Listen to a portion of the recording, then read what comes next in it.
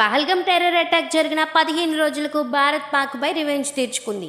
ఈరోజు early morning 1:44 Bharat Pak occupied కాశ్మీర్లోని operation Sindoor పేరుతో 9 టెర్రరిస్ట్ క్యాంప్స్పై బాంబ్ అటాక్ చేసింది. ఈ అటాక్లో బహోల్పూర్లోని మసూద్ అజార్ సీక్రెట్ క్యాంప్ కూడా ఒకటి. ఈ మిజైల్ స్ట్రైక్లో ఐఎస్ఐ సపోర్ట్ ఉన్న లష్కర్ తయ్యిబా, జైష్ మొహమ్మద్, హిజ్బుల్ ముజాహిద్దీన్ లాంటి భారత్కు వ్యతిరేకంగా ఉన్న టెర్రరిస్ట్ క్యాంప్స్ పైన అటాక్ చేశారు.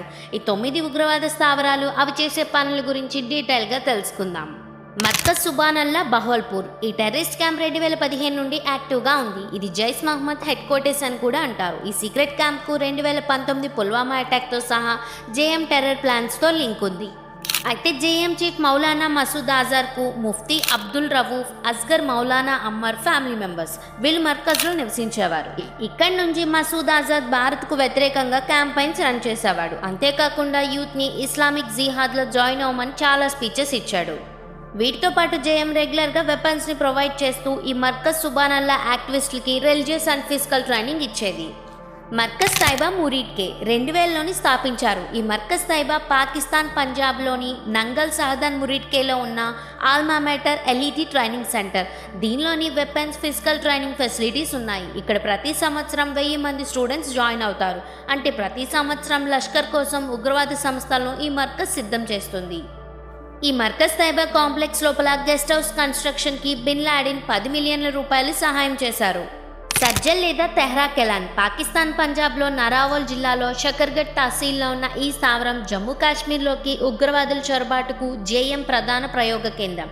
జేఎం ఉగ్రవాదులైన మహమ్మద్ అద్నాన్ ఆలీ అలియాస్ డాక్టర్ కాసిఫ్ జాన్ ఈ ప్రదేశాన్ని క్రమం తప్పకుండా విజిట్ చేస్తారు.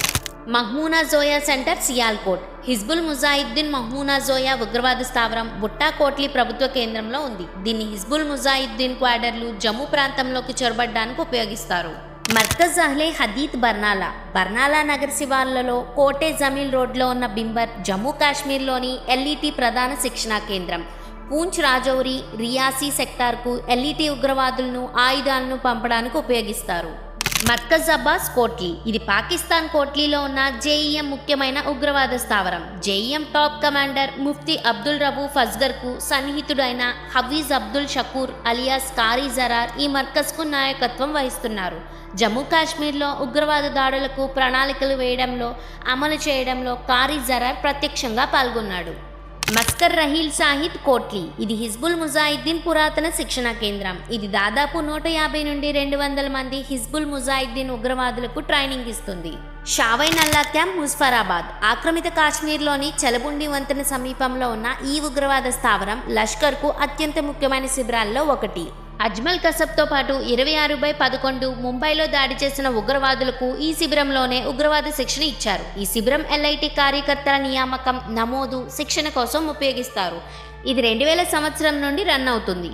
మర్కజ్ సయ్యద్నా బిలాల్. ముజఫరాబాద్లో ఎర్రకోట ఎదురుగా ఉన్న ఇది ఆక్రమిత కాశ్మీర్లోని జైష్ ప్రధాన కేంద్రం. ఈ స్థావరాన్ని ఉగ్రవాదులు జమ్మూ కాశ్మీర్లోకి ప్రవేశించే ముందు వారికి రవాణా శిబిరంగా ఉపయోగిస్తారు.